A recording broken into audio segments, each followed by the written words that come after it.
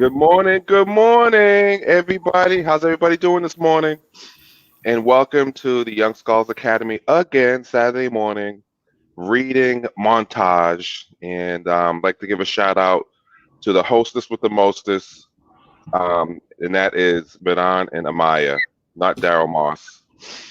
So, quick background on the Young Scholars Academy. We are going almost 6 years strong with partnership with the Family Center Boys and Girls Club, Keyshawn Dodds, the Menzuo Bandit, and this program has evolved over the years. Initially, it started as a reading program, but as our kids started flourishing and growing and they had their ideas, we evolved and more mentoring, tutoring.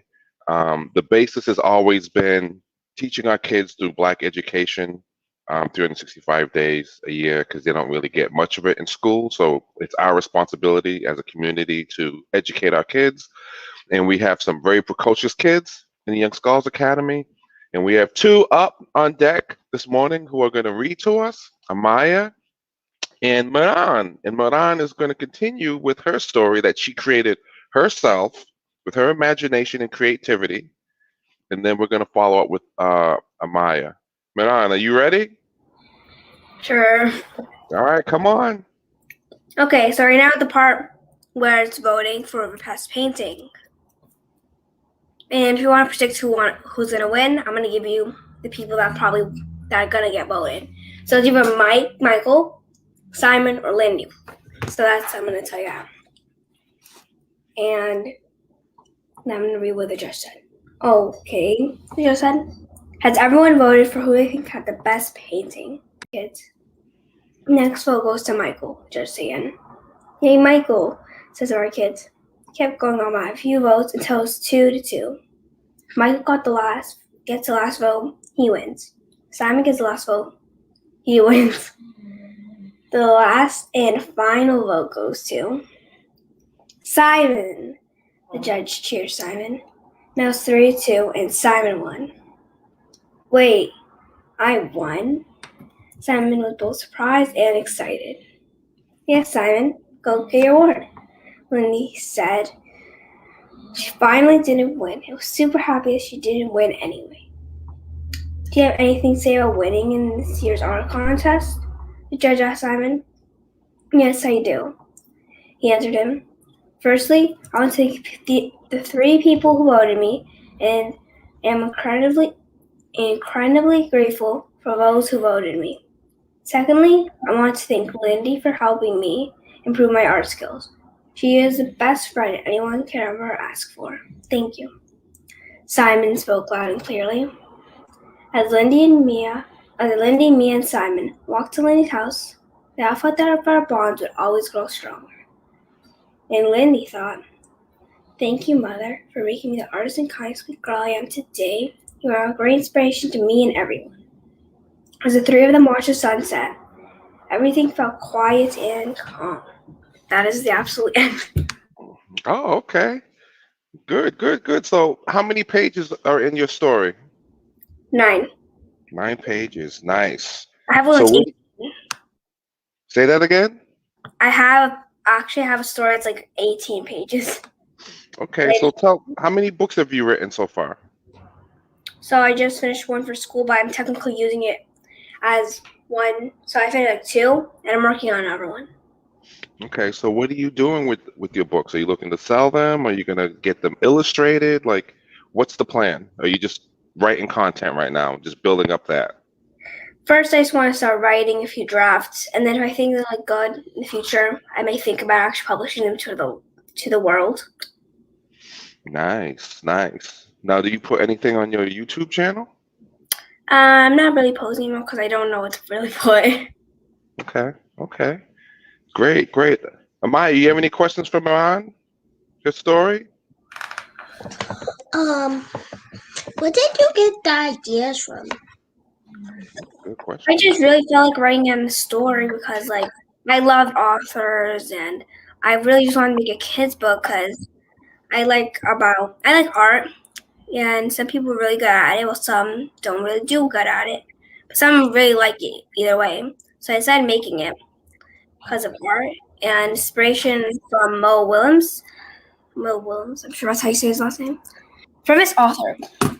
His Mo author. Williams? This one. Oh, What? Oh, my Willem. favorite books. The pig and the elephant. Right? Piggy and Gerald. Yup. You should sell books, actually. Get illustrating chapters like that. That was a great question, Amaya. And for the listeners watching, if you have any inspiration or you have creativity, or sometimes if you're daydreaming and you're just thinking about crazy stuff, put it on paper, because that's how many like science fiction movies and writers start off just with crazy, imaginative, and not just crazy, and not crazy in a bad way, but very imaginative ideas, because everybody's different. And Miran, what you might think is imaginative might be something totally different than what Amaya thinks. And you both can totally have two opposite stories, amazing stories to tell and to sell. You know, a lot of authors make, famous ones, they make a lot of money. And you're doing something that you like, it's something that comes natural to you. So just consider it, please. All right, next up, Amaya, what are you reading today for us? I'm gonna be continuing. What's her name again? Kelly and the Secret Journey mixed up. Okay.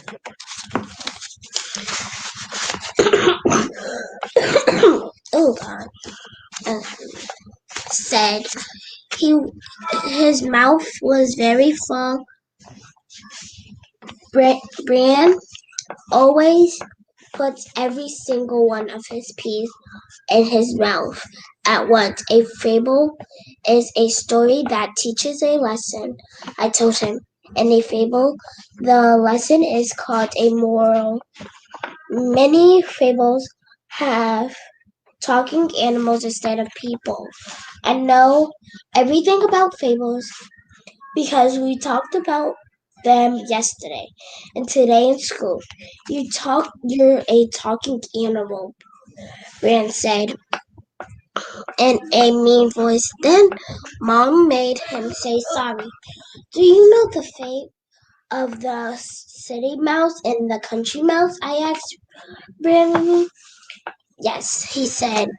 I told him the fable again anyway, in case he couldn't remember all the important parts. It goes like this. Once upon a time, there were these two mice. One mouse lived in the city, and the other mouse lived out in the country, in a field of something. I think the mice were cousins. Anyway, the city mouse and he thought the country mouse lived in a very boring life and ate boring food. So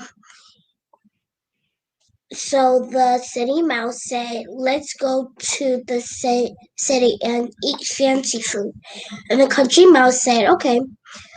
But when they were eating fancy food at the city mouse apartment, these big dogs came in and chased the mouse away.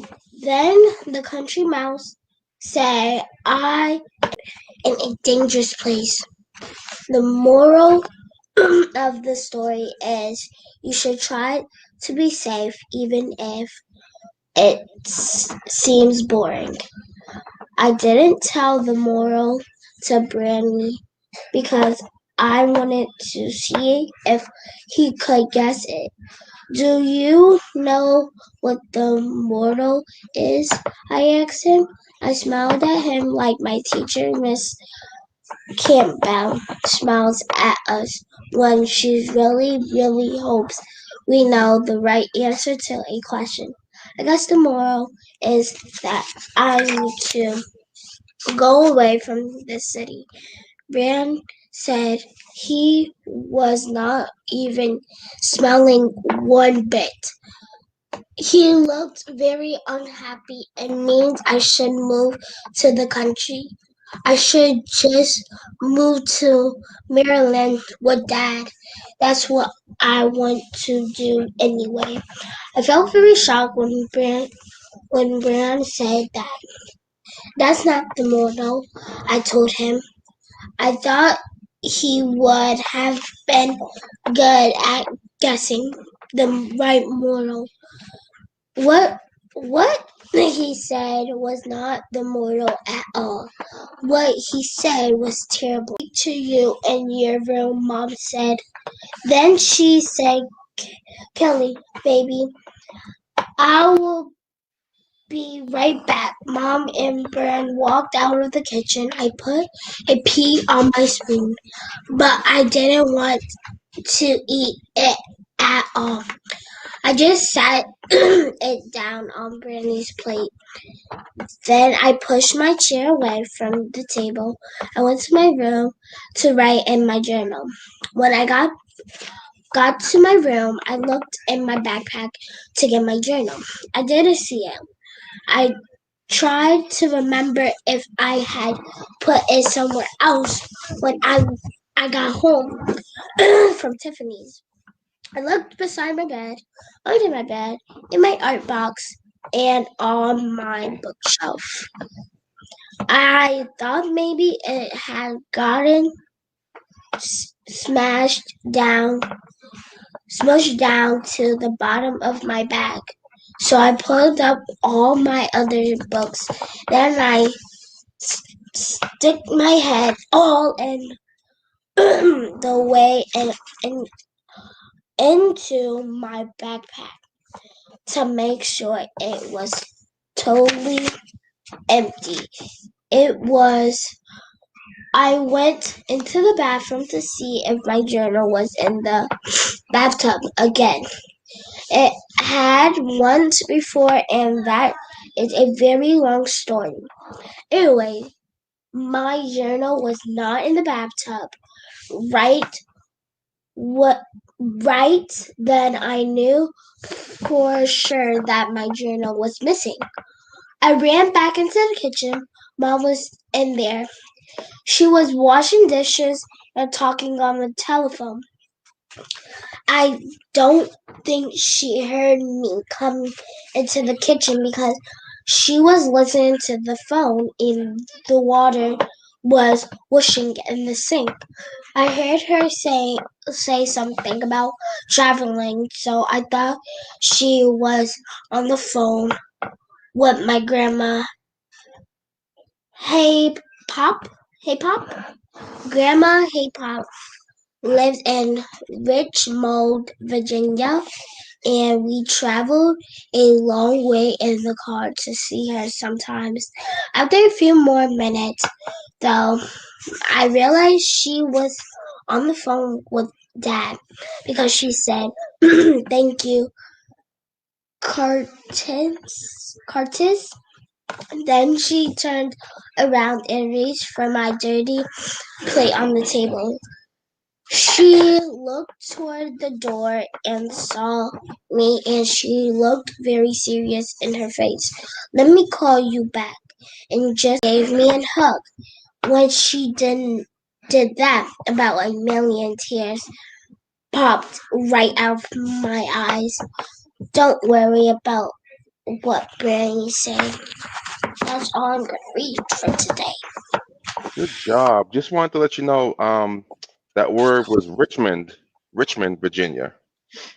Yeah, no, listen, this is what we're here for. You know, you guys read books, you folks get books that stretch you, that stretch your vocabulary and improve your reading comprehension. So there's no whoops. You know, we're just here for that guidance.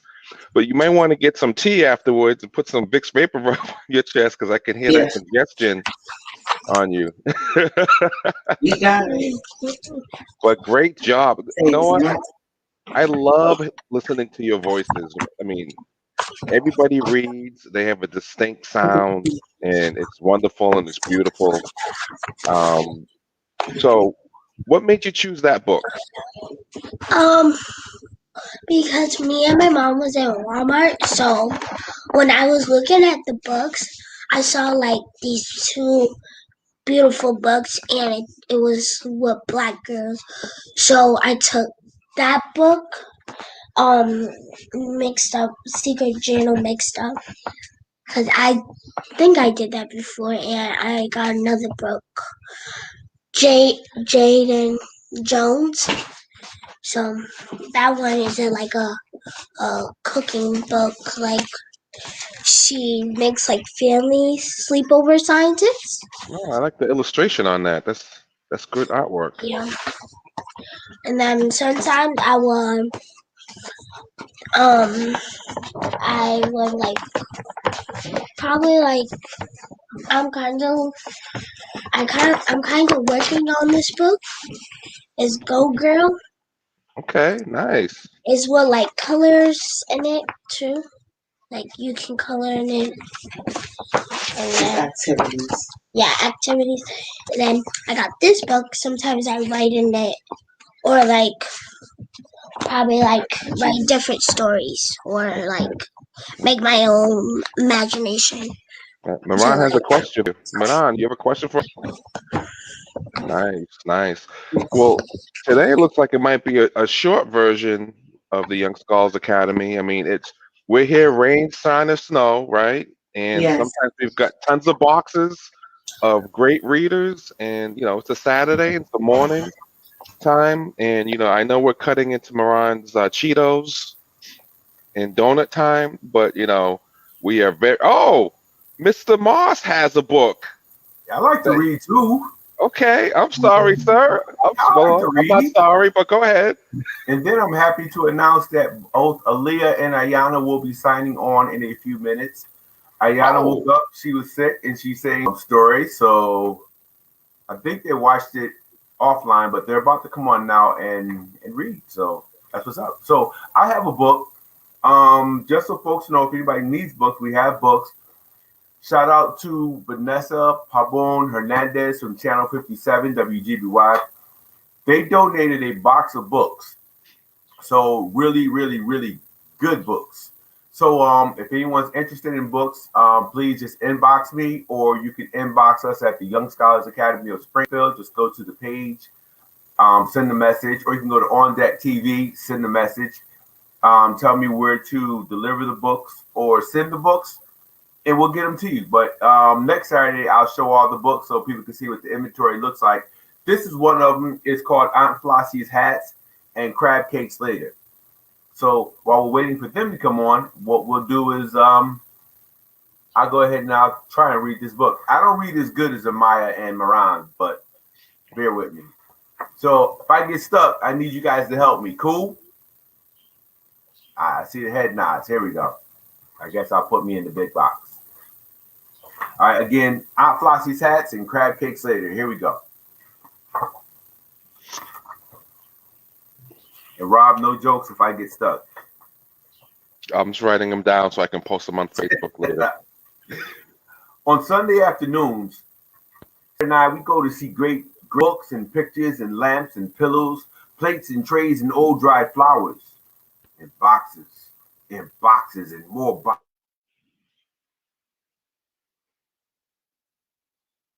Oh, I think you froze up. Daryl, can you hear us? Yeah, I can hear you. All right, Can you you froze up for a second.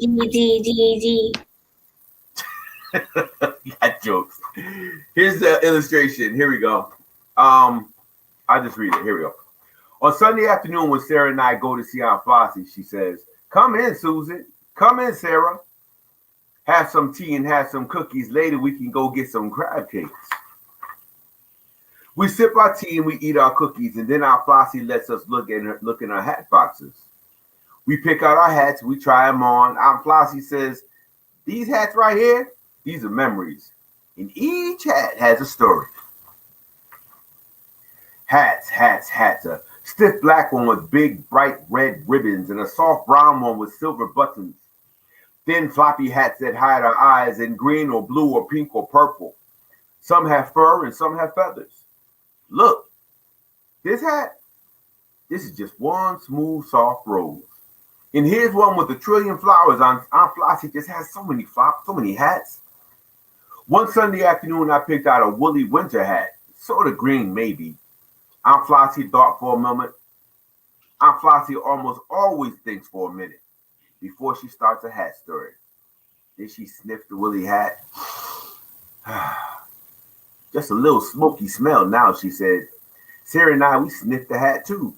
Smoky smell, Aunt Flossie? The big fire, Aunt Flossie said.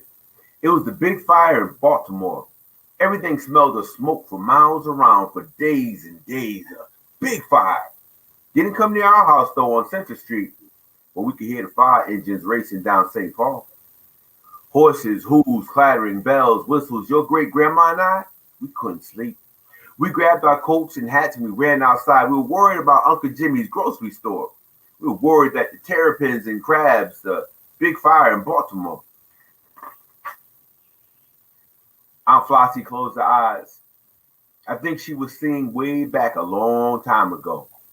She said, I wondered about crab cakes. Did they have crab cakes way back then? Then Sarah sniffed Aunt Flossie's hats. No more smoky smell, she said. But I thought I could smell some, just a little. Then Sarah tried a different hat. Dark blue with a big red feather. This one, Aunt Flossie. This one. Aunt Flossie closed her eyes and thought for a moment. Oh, yeah. Oh, yes. My. What an exciting day. And we waited, Sarah and I. What happened, Aunt Flossie, I asked. There was a big parade in Baltimore. To where to watch that big parade. Buglers were bugling, drums were drumming, flags flying everywhere. The boys, soldiers, back from France, marching up Charles Street, proud. Everyone cheering. Everyone was shouting, the Great War was over. The Great War was over. Let's have a parade, I said. Sarah put on a dark blue hat. I found the red one with furry pom-poms, and we marched around Aunt Flossie's house, and we just flossed. March with us, Aunt Flossie, I called. But she was closing her eyes. She was seeing way back a long time ago. Maybe she's dreaming about crab cakes, Sarah said. Then we looked in the very special box. Look, Aunt Flossie, here's your special hat. It was the big straw hat with pink and yellow flowers and a velvet ribbon. Aunt Flossie's favorite best Sunday hat. It's our favorite story because we are in the story and we can help Aunt Flossie tell it. Aunt Flossie smiled. She sat back in the chair and she said, one Sunday afternoon, we were going out for crab cakes. Sarah and Susan and Mommy and Daddy, I said. And Aunt Flossie, said Sarah. Aunt Flossie nodded. We were walking by the water and the wind came. Oh, let me tell it, I said. The wind came and blew away your favorite best Sunday hat. My favorite best Sunday hat, Aunt Flossie said. It landed in the water. It was fun to reach it, I said, but he slid down in the mud. Daddy looked really surprised and everyone laughed. He couldn't rescue my favorite best Sunday hat, said Aunt Flossie. And Mommy got a stick and leaned far out. She almost fell in, but she couldn't reach it either. The water rippled and your favorite best Sunday hat just floated like a boat. Now comes the best part. I'll tell it. Hold on. I'll tell it, said Sarah. A big brown dog came. It was walking with the boy. May I help you? The boy asked. My dog Gretchen can get it. The boy threw a small stone. It landed in Aunt Flossie's hat. Fetch, Gretchen, fetch. Gretchen jumped into the water and she swam. And she swam. And she swam until she got it. Gretchen got Aunt Flossie's hat. Yes, she did.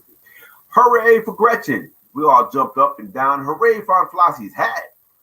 It was very wet, said Aunt Flossie, but it dried just fine, almost like new.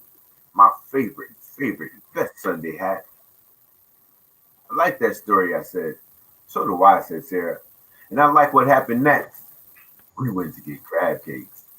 Crab cakes, said Aunt Flossie. What a wonderful idea. Sarah, Susan, telephone your parents. We'll go get some crab cakes right now. I think Sarah and I will always agree about one thing. Nothing in the whole wide world tastes as good as crab cakes. But crab cakes only taste good after stories. Stories about Aunt Flossie's hats. And we love those hats. Just like we love Aunt Flossie. That's it. Aunt Flossie's hats. I wonder if that story's set in Maryland because they're famous for their crab cakes. And Amaya said she loves crab cakes. You have crab cakes, Amaya? Miran, have you ever had crab cake? What even is crab cake? I know about crab cakes, but I never tasted She them likes before. crabs. I love You crabs. don't, you can't eat crabs. Mm. I can't, but I love You're crabs. not allowed to. Never eaten. Yeah. They don't even know what it is. Crab cakes is like how can I crab meat with breadcrumbs and seasonings and some other things made into like a round kind of like patty, hamburger patty, smaller in circumference and thicker, and people go crazy for them. Yeah. Yeah, there she is. Crabs are There, Miran. Look at Miran. She looked it up. She got the image. Thank you. Yo, she's our resident She's researcher. our researcher. I love researching. That's Crabs awesome. are like the richest and famous. Well, crabs are really like they go. Oh, can I get crabs, please? Like everybody just grabs them, and there's no more. Then they just go Get it back. from wherever. And I Yeah, even people love those crab legs. Are they made of They crab? might order it. There's not enough meat in there for me. Let's see. We have. Oh, Rob, you asked the question. You said you wondered if the story took place in Baltimore. It did. It takes place in Maryland. You said it Yep. takes place in Baltimore, Maryland, Yeah. and it's her great great aunt, and it takes place sometime around the 1920s, 1930s.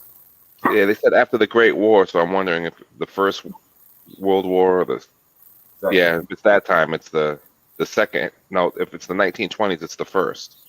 Okay. Second was 1939 to 1945. Somebody paid attention to history. Good morning to you. I Hi. can't hear you. Hi, how you feeling? Good, and how are Feeling you? Looking for you. I know it's fine. doing well. What happened to Aaliyah? I have not one idea. Are you ready to read? Are you ready to read, Ayana? Yes. Okay, let's get it started. Hey, Aaliyah, welcome back. We see you. You gonna wave to us?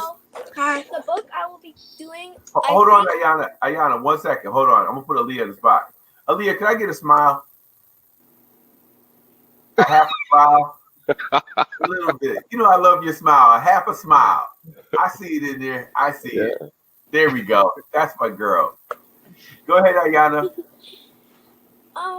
Today I think might be the final continuation of the book we've been reading for a while, Frazzled, Every Day is Accident and Pending Doom. So far what has happened is Abby has created this lunch revolution in her school because she figured I have something I really don't like in my lunchbox, and there's probably a lot of people out there who don't either. And there's this 8th grade line who gets everything they want, so they don't really have to deal with that. So it's just the 6th and 7th graders really, and this whole lunch revolution, and Abby just got in trouble for it. So here's the next part. The next morning, Miss Klein gave a school-wide warning during the homeroom announcements. We like to remind students that they must use food services provided by our school's cafeteria prohibited. Students who violate these guidelines will receive strict disciplinary action. Enjoy your lunch! That's when it hit me. It was official. Our lunch revolution was over. Okay, so it could have been worse. I wasn't in much trouble, and my life wasn't in shambles the way I thought it would be. But this was the end of our lunch exchange, and I was pretty sad if you asked me. For a while, it seemed like things were going well, and I was starting to find my place in the middles. People knew who I was, not for being Peter's sister or being Maxine and Logan's other friend, but for something I started, something that was mine. I should have known it was too good to be true. At first, everyone seemed just as upset as I was, until Lana Alvarez splattered a shiny new diamond ring on Miss Meyer's finger. Within the matter of hours, the entire school was buzzing. When would the wedding be? Was Miss Myers going to change her name? Which of us would be invited? Soon, our display and lunch exchange was old news. Even Maxine and Logan started moving on. Bye, Abby. I'm on to the audition for the school musical, Cats. I'm heading to the new after-school gaming club, the OG Guild. See you later, Logan. See you later. Our whole operation was ruined. Everything we had been working towards was irrelevant now. It didn't matter, and no one even cared. Worst of all, I was still stuck in the middles, and for what seemed like forever. Just thinking about the miserable state of things made me sink into a major funk. It was worse than any other funk I had been, including the time my favorite Saturday morning cartoon show was canceled. I wore black every Saturday for weeks. And yeah, this funk was different. It might have been contagious, because I noticed Peter started acting weird too. Very un-Peter-like. Twin. Anything was possible at this point. And then the weirdest thing happened. He came to pick me up after school, which made no sense because Peter never came to pick me up from school. He didn't even explain why he was there. All he said was, "Let's go." Then he yanked my backpack right off my back and started walking. At that point, he had taken my personal property hostage. Even if this person was an alternate, evil version of my brother, I had no choice but to follow him. In retrospect, this was a good decision because we ended up in front of Antonia's bake shop. Peter offered me to buy a cinnamon sticky bun with extra frosting. He knew I had a weakness for frosting. Was this another trap? Decided to accept the pastry, but I wasn't going to let him off easily. I had to get some answers, like, what's going on? Or why am I here? Why are you here? Or what is this, and what's the catch? My mouth was still kind of full, and crumbs went flying across the table. Peter didn't seem to mind, which is weird because he usually tells me this makes me look like a caveman. Instead, he said, "I thought you might be having a hard week. Wanted to." After all, but he was my brother, and he brought me here, and he brought me food, so I didn't really have much to lose.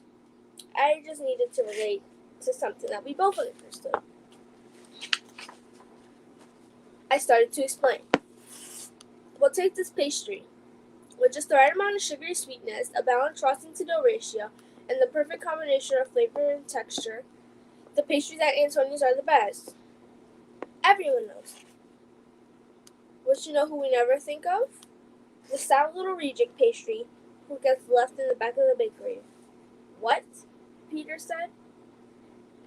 There's always one pastry that's just not good enough.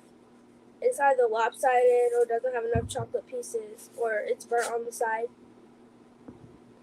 That pastry gets left out and has to watch all his pastry friends go off in a shiny display place for everyone to see him. You can see them? Knows that even it's. Peter started laughing and said, so I'd be a cupcake in this scenario. I sighed. That's not the point. All this outrageous pastry wants is to be with her son. You might be absolutely sure one minute, and next minute you're not. Don't think about it so much. The truth is, no one really cares for sure. Not even me. You're not a reject pastry. You're just in middle school. Maybe Peter did understand me more than I thought. We ended up talking for a very long time.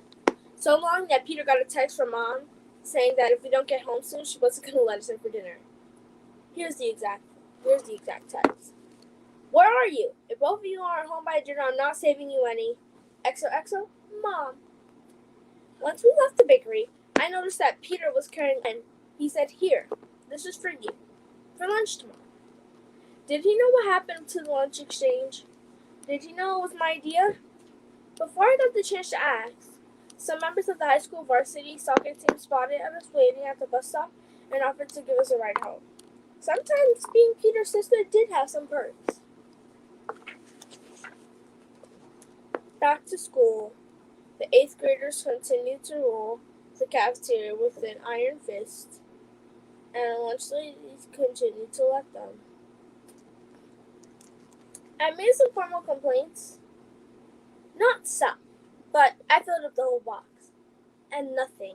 To accept that things were just bad and there was nothing we could do. I even caught one of the girls saying, well, in 2 years we'll be in 8th grade. What is that supposed to mean? The only people who still cared about it were the kids at study hall. And they would say things like, what's the plan? What are we going to eat? Or what are we going to do now? Alexis felt bad about writing me out to her mom, so she offered to share all her class notes with me for a year. Every night, they expected a brand new plan, but I had nothing. I had used up all my good ideas. It was only a matter of time before they found out the truth, and I couldn't bring myself to face them. So for the first time, I spent the whole study hall period actually studying. Definitely a sign that things are off, if you ask me. The entire universe must have been out of whack because nothing was going the way it usually did. For one thing, it was Tuesday, and Aunt Lisa showed up unexpectedly on it. It wasn't the right day for our usual Friday night family dinner, but for some reason, there she was. But of course, Aunt Lisa prodding and prodding and prodding. She asked me all day, what's wrong? As I told her nothing. She asked me when I was reading a book, what's wrong? I told her nothing. She asked me after I was eating dinner, what's wrong? I said nothing. She even asked me during my Tuesday nap, what's wrong? And I said nothing. I cracked, and I told her everything after she left.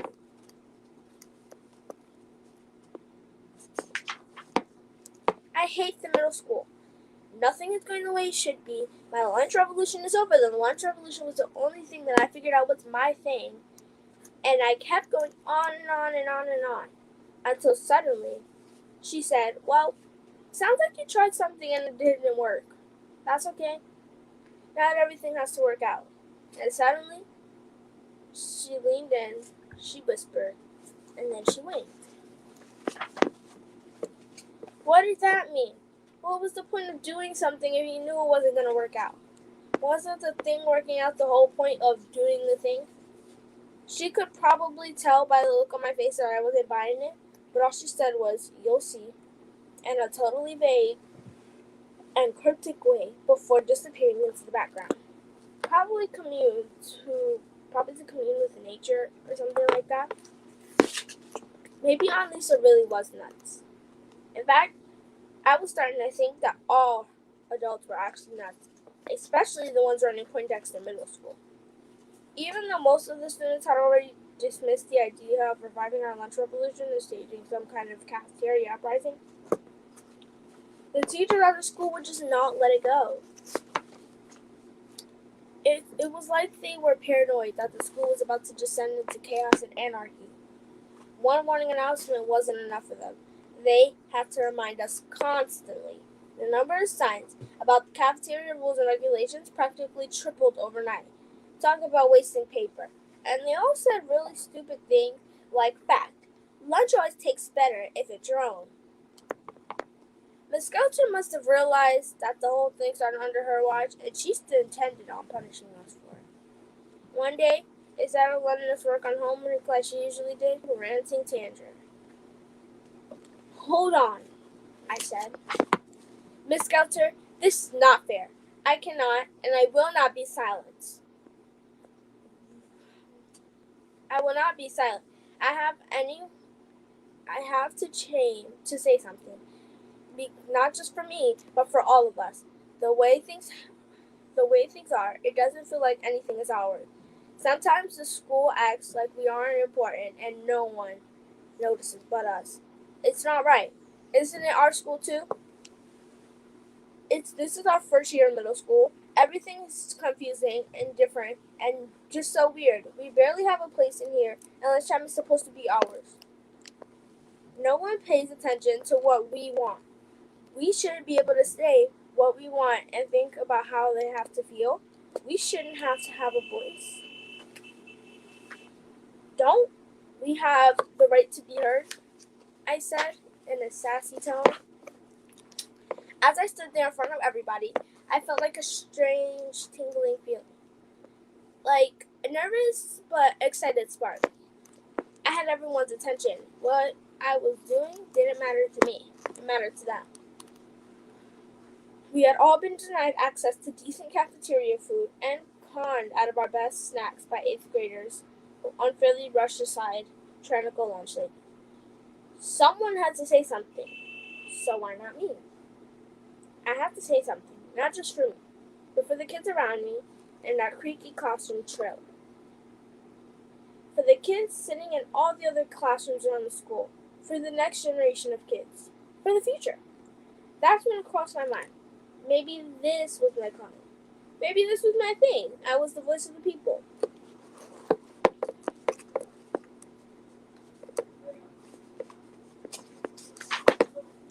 Or not. I said, who's with me? And when the classroom was silent, Miss Skelter said, are you done, Miss Wu? Please sit down and see me after class. I don't know what made me get up from my seat and interrupt Miss Skelter. I'd never spoken in class and definitely never spoke while a teacher was speaking. Was I changing? Was the season even me? I wasn't sure if I was beginning someone new or if I was just now figuring out that this had always been me. Who was I really? Just thinking about it was confusing. Before I started middle school, I really just wanted to fuss and make it through without a fuss. I just wanted to survive. There I was, orchestrating lunch revolutions and getting called to the vice principal's office and being asked to stay after class. I waited for Miss Skelter to unleash her wrath and seal my fate. She called me Abby. I thought that was weird, because until this point, I wasn't even positive she knew my name. Here's what she said. Abby, here was a hex or a curse, or at the very least, detention. I do, however, support the passion of what you said about the school. You're not wrong. Poindexter needs students who care, just maybe in the right way. This was not the conversation I expected. I imagined there would be icy glares and voodoo involved. Instead, Miss Skelter seemed to be acting nice. She told us free response because I basically blacked out at that moment.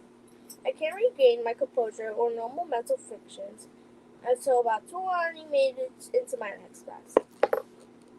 I told Maxine and Logan what happened, and they thought it was the coolest thing ever. So are you going to do it? Logan asked. 6th grade class president, Abby Wu. It was the craziest idea I thought I'd ever heard. I couldn't really imagine it. Then again, votes Abby Wu for class president. Who knew? I probably wasn't going to be the spokesperson for my generation just yet. But maybe I could be something. Or maybe I could be something else entirely. So, we put our heads together about it, and there were a lot of possibilities. I could be a musician. I could be a book writer. Could be a scientist.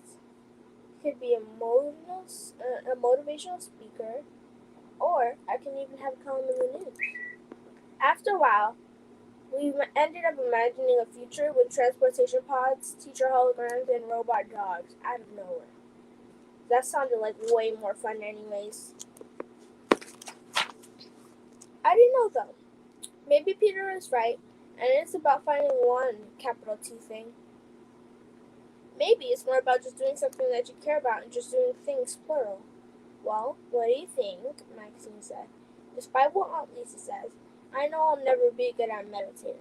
I am, however, trying to think less and letting things figure themselves out more. So I shrugged. and said, "We'll see." That's the thing about the middles. They're complicated and things inside them are always changing. So for now, it's enough just knowing that I have a chance and maybe thinking, maybe I'm not 100% doomed. And that's actually the end of the book. Wow. I love when you do the recaps because that's important. So for the young scholars listening, when you're reading a long story and you're continuing it every Saturday, a recap of what you previously read is really important. So I think that's a great job.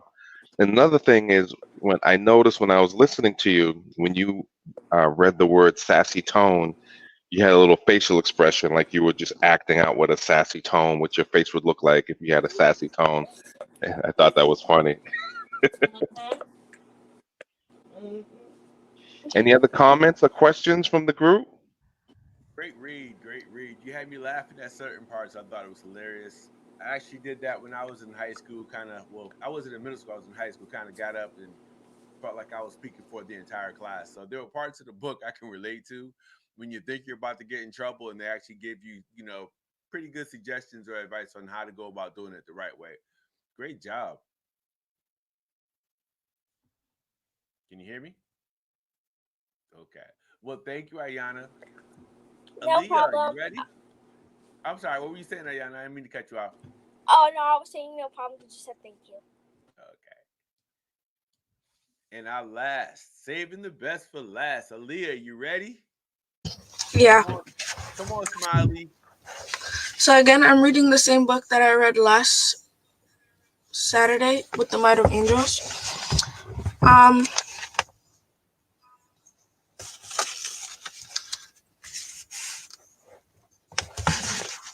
The last time I read this book, Yolanda and I forgot her name. Oh, Donnie and Yolanda, they walked to Pretty Man Coburn with a bell, and they saw her ring it, and they was like, that must be the same bell that they play when you walk into heaven, because they think Pretty Man is that cool. Yolanda and I walk to school together every morning. While Yolanda walks, she carries her books and mine while I pogo. This morning, I told Yolanda I'd race her.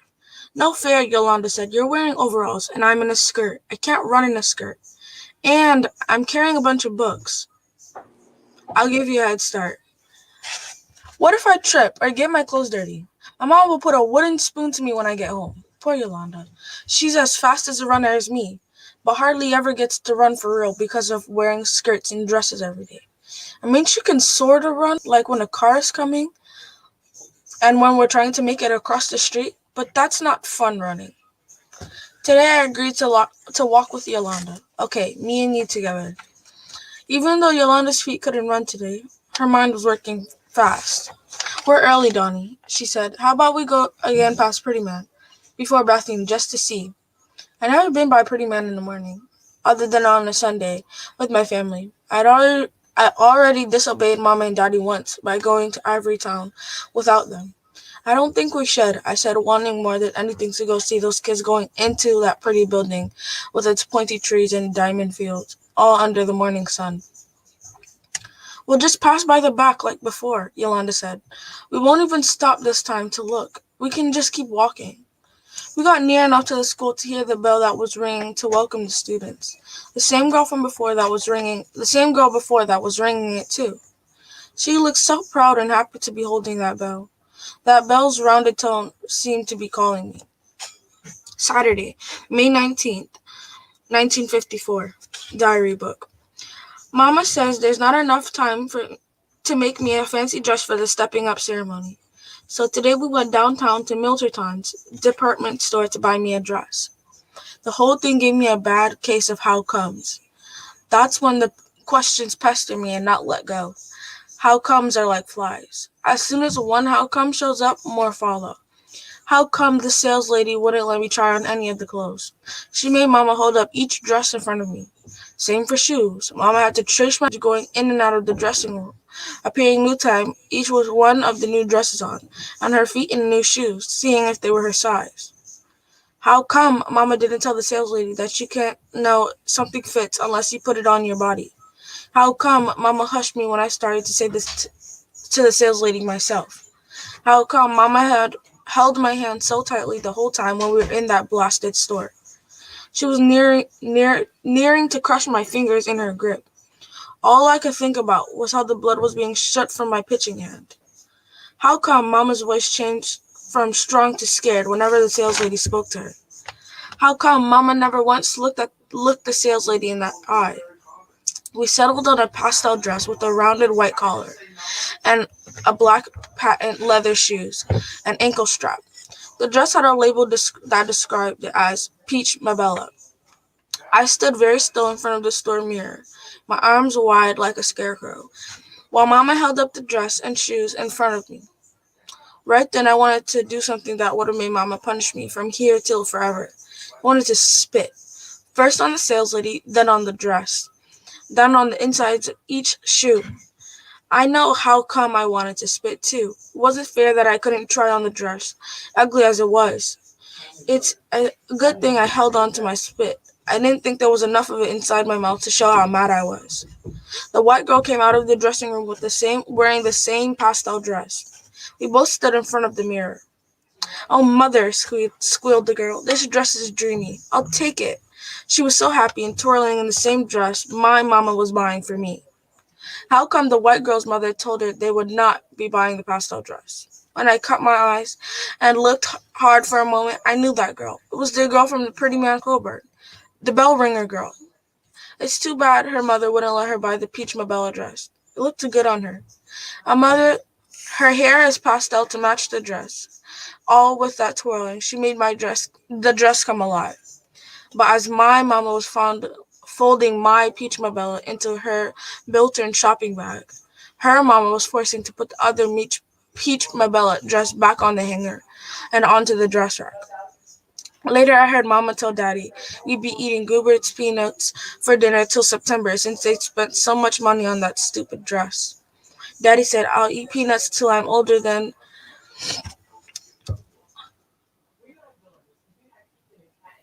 Matthias if it means my Donnie can look proper for her stepping up."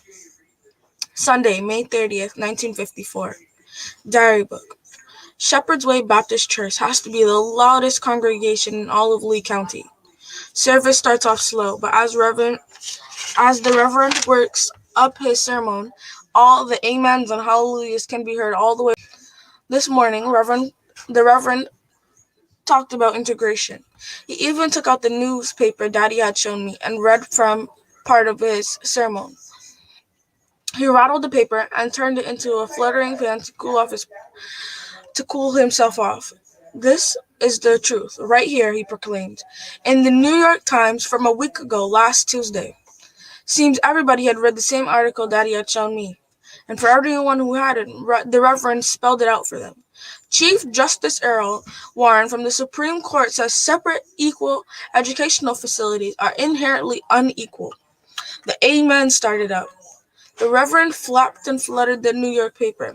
Says here that separating black children from others of similar age and qualifications their race, 10 more age as the community that may affect their hearts and mind in a way unlikely to be undone.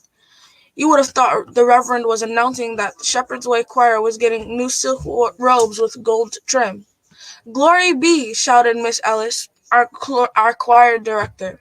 "Hallelujah," flung forward from somebody behind me. "Amen," rose on all sides. When we got home, I asked Mama if I could please put on my kids and go outside. She was so busy peeling potatoes that she shooed me off with a quick, "Go play, child." As soon as I laced up my kids, I was the one filled with "Glory be," "Hallelujah," and "Amen." I ran to find Goober, who was perched under the tree mop, crunching on his peanuts. Tuesday, June 1st, 1954. Why is everyone making such a big deal about the stepping up ceremony? We're not really stepping up to any place. Even though we're going from 6th grade to 7th grade, we're staying at Bethune, like all the other colored kids in Hadley.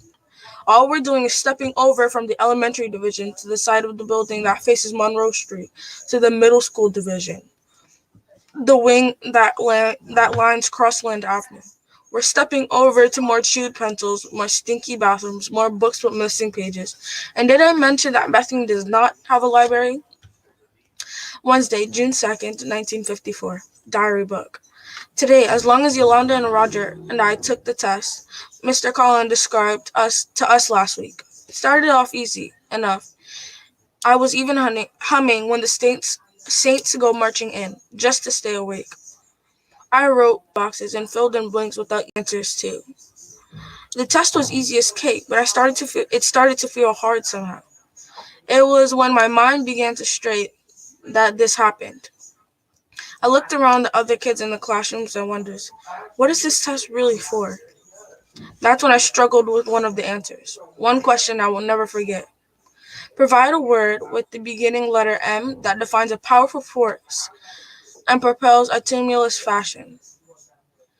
I read it over and over and over again. I broke it down. A powerful force that propels. Since the clock on the walls broke, I couldn't tell how much longer we had left to finish the test. I didn't know what the word tumulus means. I didn't want to just write anything because if I wanted to change my mind, I couldn't have been able to erase my answer. My chewed up pencil had a bitten off eraser. Why hadn't I brought my new red pencil from Goober? Mr. Collin gave us a nice time warning. 2 more minutes, and for the first time ever, I started to sweat a test. Beginning with the letter M, a powerful force that propels. I wanted to chew hard on something that Wrigley's gum that was stuck on under like the Wrigley's gum that was stuck in a wad under my desk. Finally, with Mr. Collins' 1 more minute warning, my pogo sting. Even now, it's a week away. What I should say. I don't believe in the boogeyman, but I do believe in the panic monster. A big scary thing that scoops you up and does the shikadoodle shake all over your insides. Mama calls this nerves. I call it a punder under my arms, a dry throat, and teeth set to chatter. The panic monster has got me in its claws right now, and it won't let me go. Friday, June 4th, 1954. Mama came in before bed. Mama came into my room with a dress from Milton's on a hanger. She wanted me to try that thing on. The dress rustled under the paper Mama had draped it over. By punching a hole through it with the hanger, the dress stayed covered from its shoulders to its hem. I tried to pretend I'd fallen asleep, but Mama wasn't having it. That's the fakest snore I will ever live to hear, she said. I giggled. Can I try it on tomorrow? Mama considered me for a moment. She peeled the dress's paper drape. Well, I suppose we should let the creases fall out from the dress before trying it on, she said. I went back to making phony snoring sounds. That left Mama giggling too. Saturday, June 5th, 1954. Daddy loves baseball just as much as me. Today he showed me how to choke up on the bat, to grip it as firm as the base so my swing packs more power. Then meet the ball, Daddy instructed. Make friends with the ball as the pitch approaches you, no matter how fast it comes. Hey, ball, it's you and me, baby. Then swing at it. And when you swing, be intentional, Daddy said. Go at it fully. Mean to do what you mean to do. Daddy and I practiced in our backyard for near to an hour. When the sun got too hot, Mama brought us lemonade. Let the child rest, she told Daddy. She needs to come inside and work on her speech for the stepping up. Mama had that peach melba thing in her hand. She removed the paper covering completely. Come, Donnie, she coaxed. You need to try this on. I've been playing, Mama. I sure wouldn't want to get dirt or grass stains on that pretty dress. That worked even better than fake snores. Mama didn't even answer. She turned back towards the house, holding the dress away from her. Daddy must have seen the relief coming to my eyes. Are you ever going to try it on? I gotta write my speech, was my answer. I suppose the dress really won't matter unless your speech is ready, he said. Then he told me to think of your speech as meeting the baseball with a bat. It's you and your message coming together. Keep it simple. I wish it was simple. I haven't written a single thing of that blasted speech. So right here, right now, our start. Hey, speech, it's you and me. Simple, right? How come, then, I couldn't think of something so simple to say? Sunday, June 6, 1954. I thought maybe if I wrote down some of the reasons I didn't want to give the up speech, it'll help me. Reasons I don't want to give the stepping up ceremony speech. I don't want to wear the peach Melba dress. I don't want to wear the hard black shiny shoes. Even though I have a gift of gab, it doesn't work for giving speeches. Stepping over doesn't deserve a speech. Monday, June 7th, 1954. Dear Mr. Jackie Robinson, I have not written one single word for my stepping up speech. The ceremony is 4 days away. Has this ever happened to you? Have you ever had to give a speech and had no idea what you were going to say? That's happening to me right now. Speechless, Donnie Ray Johnson. Tuesday, June 8th, 1954. I've had my pogo stick for as long as I can remember. It's rusty and rickety and it squeaks, but it still works. I slammed hard on the pedals today, hoping a bunch of pogo jumping would bring on some good ideas for my speech. Not one speechy thought came. Punching the pavement with my pogo sure felt good, though my pogo spring is on its last leg, but it keeps going. My own legs are getting stronger every time I pump. Thursday, June 10th, 1954. The panic monster doesn't ever let me sleep. No. Works. Tonight he's going double time. I'm as rattly as the loose screw in a can. Tomorrow's the stepping up ceremony, and the only speech I know is the Pledge of Allegiance. Pants, and just after the in-between. I've been up most of the night. Now the sun is showing off the very top of her head. Morning soon. Still no speech. Later. Today was the stepping up ceremony, and the 12 years of my life, I have never stepped like that. Getting ready to go to Bethune was the worst part. The peach Melba dress didn't fit me right. When I came out of my bedroom, Mom and Daddy were like two hovering chickens, pecking. The panic monster flaring up alongside my parents didn't help matters. I was sweating more than a cold pitcher of iced tea set out on a 100-degree day. The dress is too small, I said. I turned around so they could both see that the dress's zipper wouldn't go halfway. Square your shoulders, Donnie, Daddy said. That'll help. But who knows how a father figures stuff out like that. But Daddy was partly right. When I stood straight, with my shoulders pressed back and my neck lifted, the dress seemed to fit better. You can't take any chances, Mom said, scurrying off to get her sewing basket. Just stay like that, Donnie. I didn't move. I held my breath even. Mama came with a needle and a peach-colored thread.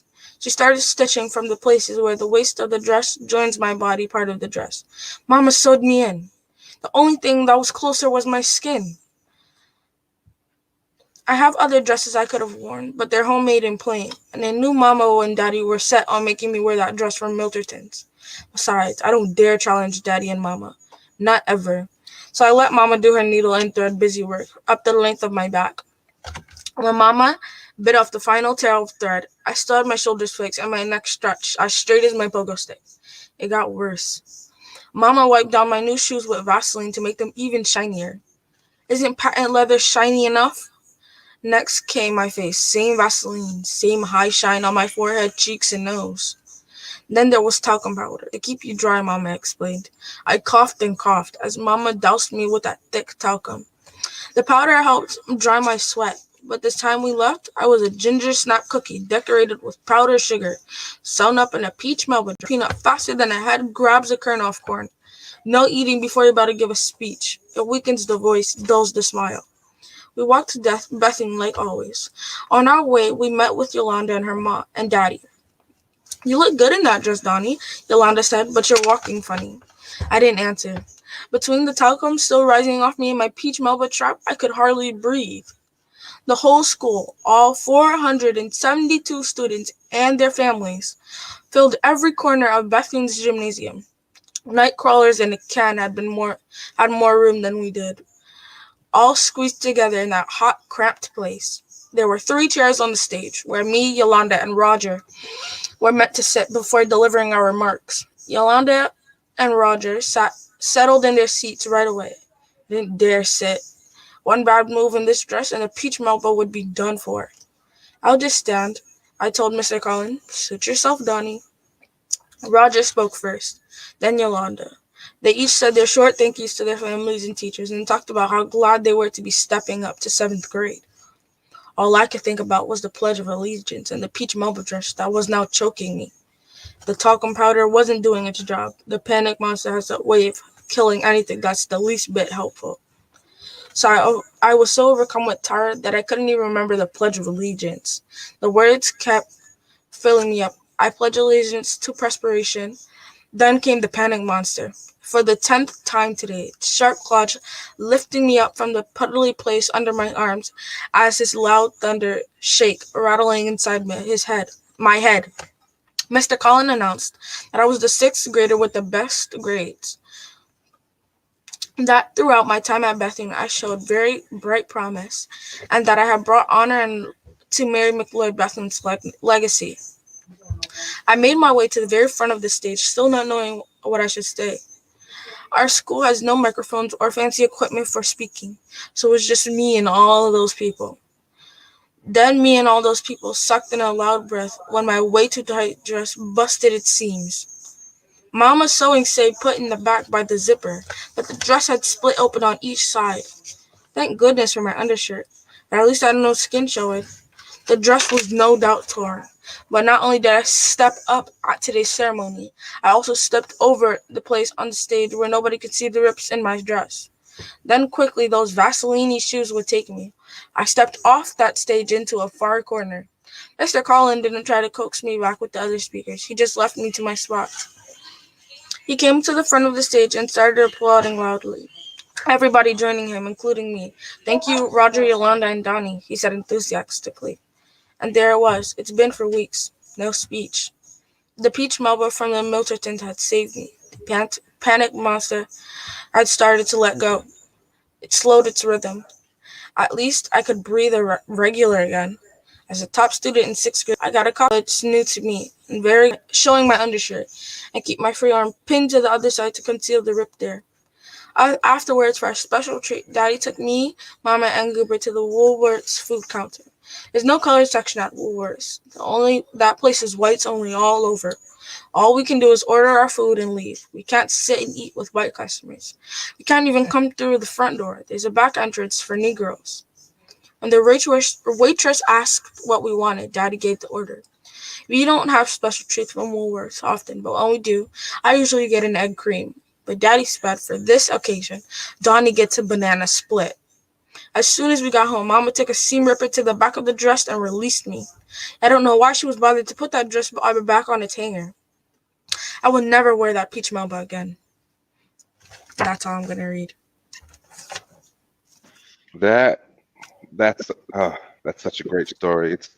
I was triggered. I have to admit, I was triggered during the scene when they were at the dressing room scene, and it's kind of like the mom just knows that the racism is just business as usual, but she was just kind of like, well, how come I can't try it on? And it's always like that, the kids are always kind of like perplexed, like, I don't understand, and the parents, know what's going on. And it's funny because Mr. Darrell and I, we had a on deck with a naturopath, and he was talking about some of the things that in our history, kind of like what we do all the time with the Vaseline and the talcum powder, how awful and horrible it was for us, and that the talcum powder was carcinogenic. And actually, let me put that in the chat so you guys can look that up. So it's just like, and I remember that, talcum powder and Vaseline and all these things that we thought were good for us, but aren't. Great story, Aaliyah. Oh my God. Being a 60s baby, I remember going down south with my parents for vacation. We go to Alabama every year. And we were always warned before we left the house. Once we pass, a certain state, we're not allowed to look white people in the eye. When our parents spoke to them, don't speak unless you're spoken to. We weren't allowed to try on clothes. We couldn't use the bathroom. I mean, it's crazy. I remember all that stuff in my lifetime. So as you're reading the book, a lot of that really resonated. Then when you talked about the little girl whose mom wouldn't let her get the dress, we also discovered as we were grown that, when we were young, we used to think that all white people were just super rich and wealthy. when we grew up, we found out, from some of them that, oh God, my parents were really poor. There were times we didn't have lights on. I'm looking like, really? So sometimes they couldn't afford the same things that we couldn't afford. So it's a crazy world we live in. And that's the beauty of reading, the beauty of books, because some of these stories, the only way they're going to be carried on is if someone actually takes the time to put it down and put it in a book. Yes, I can. It's called With the Might of Angels by Andrea Davis Pinkney. Can we see the cover? Do you mind? I'm so digging it. Okay. That's an awesome book. I'm definitely looking forward to hearing more from that. I love that. And you know what else is awesome about that too is Daryl, you and I, we talk about collective economics and how we're clamoring to spend that dollar at a store where we can't even like go in the front door and sit down, and that's why it's so important to support Black business. They'll take your money, but they won't give you that respect. Excellent book. All right, I think that's our time, man. We're at the 1 hour and 15-minute mark, and you guys were really, really, really, really, really awesome today. I enjoyed everything. Matter of fact, as you guys were reading, I got so carried away, I forgot about the time. It was really good. You guys, I forgot about time too. It was that good. It's just like a good book or a good story is like watching TV. You don't pay attention to the time. I just want to know what's going to happen next. I was dying to see what happened when it was time for her to give that speech. I was just like a little anxious for her. Great read. I enjoyed it. Amaya, Maran, Ayana, anything you guys want to share before we conclude? Aaliyah? My original plan was to stop before this speech, but I didn't know what time it was, so I continued it. So you were gonna leave us on a cliffhanger, and I might have called your mother just to find out what she needs to tell me what happened with that speech. I needed to know, so thank you. All right, you guys. Nothing else? Amaya, anything? I do. Okay, go ahead, Maran. So the Frazzled book I just finished this week is actually a series. So I'm gonna try to get the other 2 books to read them. Who's talking right now? Ayana. Oh, I thought it was Maran. I thought it was Maran. I'm like, where's she at? Okay. Me too. Can you repeat that, Ayana? The Frazzled book series. Hold on, I'm trying to get the books actually, guys. The Frazzled series that I finished today. Yep. It's actually a series, so I'm gonna get the other 2 books so I can read them here. Awesome. Looking forward to it. Good stuff, you guys. All right. Oh, go ahead, Maran. I want burgers. I really want burgers. That's all I need to say. The burger emoji is elite. Amaya had her hand up too. I'm with her too. I just want some more waffles. I was eating waffles the whole time, and I need some more because those waffles are really good. I don't have a toaster. I put them in the oven. There's cinnamon waffles, and they're super yummy with some syrup on the top. It was really good, but I'm not about to make no more. I'm not about to make some. I really want some more, but it's a sad alert. Thank you for sharing that, Amaya. I'm going to go upstairs and make me some waffles. All right, Rob, back to you, sir. Hey, again, wonderful, wonderful reading from our young scholars. And if any parents out there have any children they want to have them come on and read and join the group, you are more than welcome. We encourage it. We welcome it. And, this is a community-based program. So let's get it together, people. And we will see you again next Saturday. Same bat time, same bat channel. Let's get ready to read. Thank you, and enjoy the rest of your Saturday. Abraham Lincoln. Albert Einstein. Abraham Lincoln was the coolest person in history. Have you ever heard of E equals MC squared? Thinking didn't do that. Albert Einstein is the coolest. You're both wrong. Frida Kahlo was the coolest. Who? She was a super famous painter and a totally awesome woman. I didn't know women did cool things in history. It sounds like you need a lesson in totally awesome women in history. Whoa!